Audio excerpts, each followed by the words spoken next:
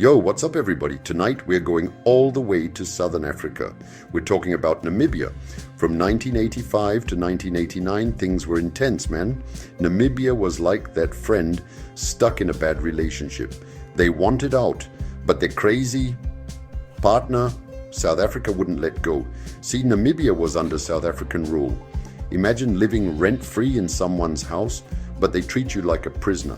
That's what it was like. People were tired of the discrimination, the violence, the whole messed up system. They wanted their own country back. But here's the thing, this wasn't just some outside fight, this was personal. This was about Namibians inside Namibia saying, enough is enough. They couldn't vote. They couldn't speak their minds.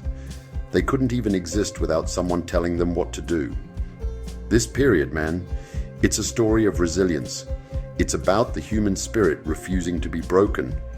It's about regular people, our Namibian brothers and sisters, who looked fear in the eye and said, nah fam, not today. Now, every revolution needs its leaders, right?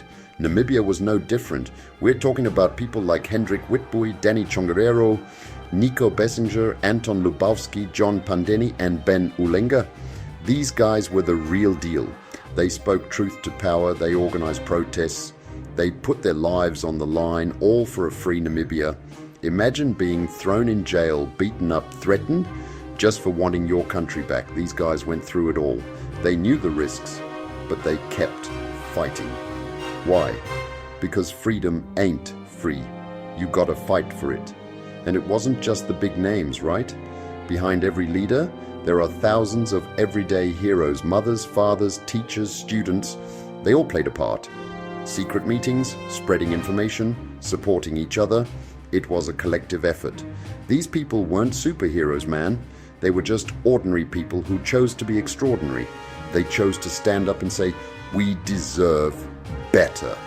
And that takes guts, man. That's what makes their stories so powerful.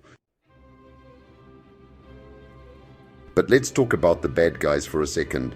The South African government, they were like that toxic friend who just loves drama. Their tactic, divide and rule. They were like, let's pit these Namibian tribes against each other. We'll keep them fighting amongst themselves, and they'll forget all about us. They created puppet groups, favored certain tribes, and whispered lies to stir up trouble. It was messed up, man. But here's the thing about Namibians, they saw right through it. They knew that a house divided cannot stand. Think about it. Your oppressor is trying to break you down from the inside. That's some next level manipulation. But the Namibian people, they were too smart for that. They knew that unity was their strength. And that, my friends, is powerful. The children speak. Student uprisings of 87. Now let's fast forward to 1987. Remember, South Africa thought they had this whole thing on lock, right? But they underestimated one crucial group, the students. These young Namibians, they were like, we're not going to inherit this mess. We want our freedom now. They organized boycotts, protests, you name it. They took to the streets demanding better education, better opportunities, a better future, and they were fearless, man. They faced down police brutality, arrests, everything the regime threw at them. Imagine being a teenager and risking your life for your education. These kids were the real heroes. They knew that their education was the key to a better future, and they were willing to fight for it. The student uprisings of 87 were a turning point. They showed the world that Namibians were united. They showed the world that they were willing to fight for their freedom.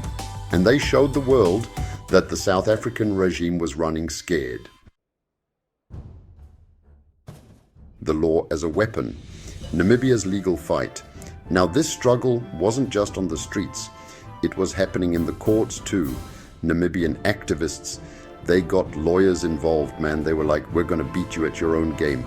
They challenged discriminatory laws.